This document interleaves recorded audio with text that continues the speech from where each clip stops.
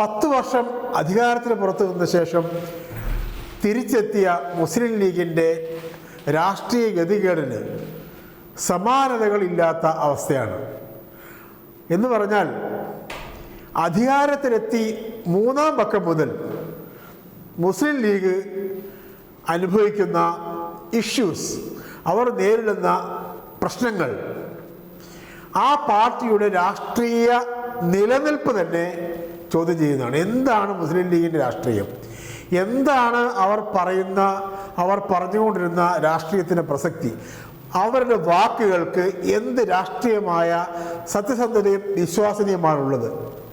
ഈ ചോദ്യങ്ങൾ ലീഗിന് പുറത്ത് അല്ലെങ്കിൽ UDF പുറത്ത് ഉള്ള ആളുകൾ മാത്രമല്ല, ലീഗിനകത്തുള്ള ആളുകൾ തന്നെ സ്വന്തം നിലയിൽ അവരുടെ നേതൃത്വത്തോട് ചോദിച്ചു തുടങ്ങിയിരിക്കുന്നു. അത് ഒരു പൊട്ടിത്തെറിയായി രൂപപ്പെട്ട് പുറത്തു വരാൻ അധികകാലമെടുക്കില്ല.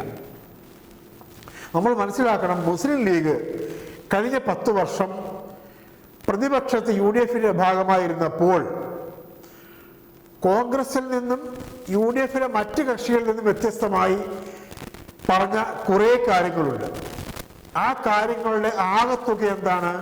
അത് സംഘപരിവാറിൻ്റെ വർഗീയ രാഷ്ട്രീയത്തിനും ഫാസിസത്തിനുമെതിരെ ലീഗ് രൂപപ്പെടുത്തിയ ഒരു പൊളിറ്റിക്കൽ അജണ്ടയാണ്.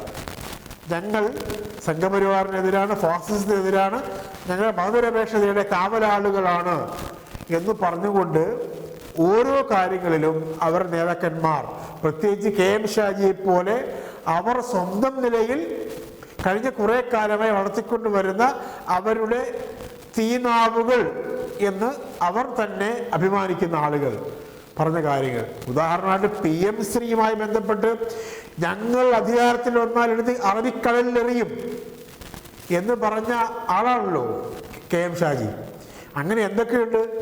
ഓരോ കാര്യങ്ങളും കഴിഞ്ഞ 10 വർഷം കേരളം ഭരിച്ച ഇടതുപക്ഷ ജനാധിപത്യ മുന്നണി സർക്കാർ കൃത്യമായി രാഷ്ട്രീയമായ ഇച്ഛാശക്തിയോടെ സ്വീകരിച്ച കൃത്യമായ മതനിരപേക്ഷ ജനാധിപത്യ ഫാസിസ്റ്റ് വിരുദ്ധ നിലപാടുകളെ പുച്ഛിക്കുന്ന രീതിയിൽ സ്വന്തം നിലയിൽ ഒരു ഫാസിസ്റ്റ് വിരുദ്ധ രാഷ്ട്രീയം അങ്ങ് അവതരിപ്പിച്ച് അട്ടഹസിക്കുകയായിരുന്നു KM ഷാജി സംഘവും. അധികാരത്തിൽ വന്നപ്പോഴോ ഓരോന്നോരോന്നായി വിഴുങ്ങി, അല്ലെങ്കിൽ ഓരോന്നിനോട് മുഖം തിരിച്ചു. അവർക്ക് കിട്ടിയ അധികാര കസേരയുടെ, അവർക്ക് കൈയിടാൻ കിട്ടിയ അധികാര ചക്രക്കുടത്തിൻ്റെ മധുരത്തിനും പദവിക്കുമപ്പുറം ഒരു രാഷ്ട്രീയമായ കാമ്പും കഴമ്പുമില്ല എന്ന് ബോധ്യപ്പെട്ടു. പാളയം ഇമാമിനെ പോലുള്ള ആളുകൾ ജുമാ പ്രസംഗത്തിൽ പരസ്യമായി പറയേണ്ടി വന്നു.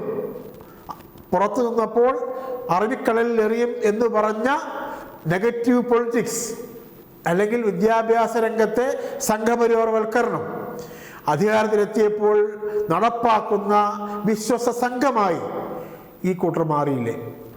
എന്താണ് അവസ്ഥ? ഇന്ന് ആലോചിച്ച് നോക്കൂ. അധികാരത്തിന് പുറത്തു നിന്ന സമയത്താണ് വയനാട് ലോക്സഭാ മണ്ഡലത്തിലെ ക്യാമ്പയിനുമായി ബന്ധപ്പെട്ട് രാഹുൽ ഗാന്ധിയും പ്രിയങ്ക ഗാന്ധിയും അടക്കമുള്ള അവരുടെ ആ തരത്തിലുള്ള പ്രധാന നേതാക്കന്മാർ പങ്കെടുത്ത റാലികളിൽ മുസ്ലിം ലീഗിൻ്റെ ചന്ദ്രക്കലയും നക്ഷത്രമുള്ള പച്ചക്കൊടി, അവരുടെ ഐഡൻറ്റിറ്റി ഭാഗമാണല്ലോ പച്ചക്കൊടി, അല്ലെങ്കിൽ ഒരു പാർട്ടിയുടെ ഐഡൻറ്റിറ്റിയുടെ ഭാഗമാണ് അവരുടെ പതാക, കൊടി. അത് ഉപയോഗിക്കാൻ പാടില്ല, പകരം പച്ച ബലൂൺ വീർപ്പിച്ചാൽ മതി എന്ന് പറഞ്ഞത് എത്ര അപമാനകരമായ, ലജ്ജാകരമായ പതനമായിരുന്നു അത്. ഒരു ഗതിയുമില്ലാതെ റാൻ മൂളിക്കൊണ്ട് കോൺഗ്രസ് നേതൃത്വത്തിൻ്റെ ആ തിട്ടൂരം അവർ അനുസരിക്കുകയായിരുന്നു. അതായത് രാഹുൽ ഗാന്ധി പങ്കെടുക്കുന്ന യോഗങ്ങളിൽ അവർ പച്ചക്കൊടിക്ക് പകരം പച്ച ബലൂൺ വീർപ്പിച്ചു. കാരണം എന്താണ്? കോൺഗ്രസ് പറഞ്ഞത് ഇതിൻ്റെ വിഷ്വൽസ് ദേശീയ തലത്തിൽ സംഘപരിവാർ ദുരുപയോഗം ചെയ്യും, ഇത് പാകിസ്ഥാൻ കൂടിയാണെന്ന് പറയും എന്നാ പറഞ്ഞത്. ഒന്ന് ആലോചിച്ച് നോക്കും. ഒരു പാർട്ടിയുടെ കൊടി അത് അവരുടെ കൊടിയാണ്, അത് പാകിസ്ഥാൻ്റെയും ഇറാൻ്റെയും ഒന്നും കൊടിയല്ല എന്ന് പറഞ്ഞ് കൃത്യമായി ന്യായീകരിച്ച് ബോധ്യപ്പെടുത്താനുള്ള ഇച്ഛാശക്തി കൂടെ നിൽക്കുന്ന ഘടകകക്ഷികളുടെ നേതൃത്വം വഹിക്കുന്ന പാർട്ടിക്കുണ്ടായില്ല. ലീഗ് വഴങ്ങേണ്ടി വന്നു. അന്ന് തുടങ്ങിയതാണ് ലീഗിൻ്റെ രാഷ്ട്രീയ പതനം.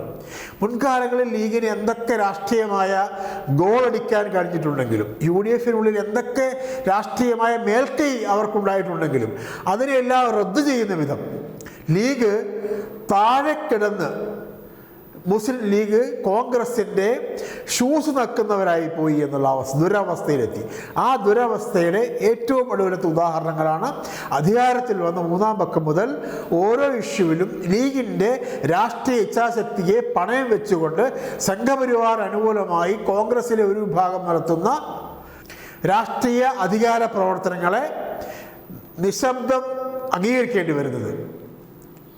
ഗതികേട് നിങ്ങളുടെ പേരോ മുസ്ലിം ലീഗ്, ഗതികേട് നിൻ്റെ പേരോ ഇന്ത്യൻ യൂണിയൻ മുസ്ലിം ലീഗ് എന്ന് ചോദിക്കേണ്ട അവസ്ഥയാണ്.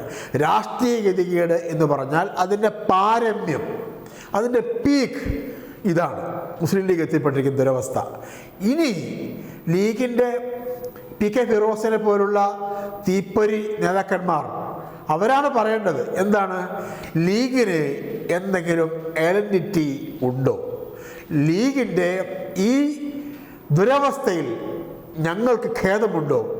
അല്ലെങ്കിൽ മുസ്ലിം സമുദായത്തിൻ്റെ പേരിൽ എല്ലാ ഘട്ടങ്ങളിലും ആണയിടുന്ന ഫാസിസ്റ്റ് വിരുദ്ധ രാഷ്ട്രീയത്തിൻ്റെ പേരിൽ ആണയിടുന്ന മുസ്ലിം ലീഗിന് ഇനി അതിനുള്ള അർഹതയുണ്ടോ? ഈ ചോദ്യങ്ങൾക്കെല്ലാം മറുപടി പറയാതെ അടുത്ത 5 വർഷം അതിൻ്റെ 4/1 അല്ലെങ്കിൽ പകുതി പോലും ലീഗിന് കടക്കാൻ കഴിയില്ല. 3 മാസമേ ആയിട്ടുള്ളൂ. 4.25 വർഷം ഈ സർക്കാരിനും UDF-നും ലീഗിനും മുന്നിലുണ്ട്. അവർക്ക് മറുപടികൾ പറയേണ്ടി വരിക തന്നെ ചെയ്യും. നന്ദി, നമസ്കാരം.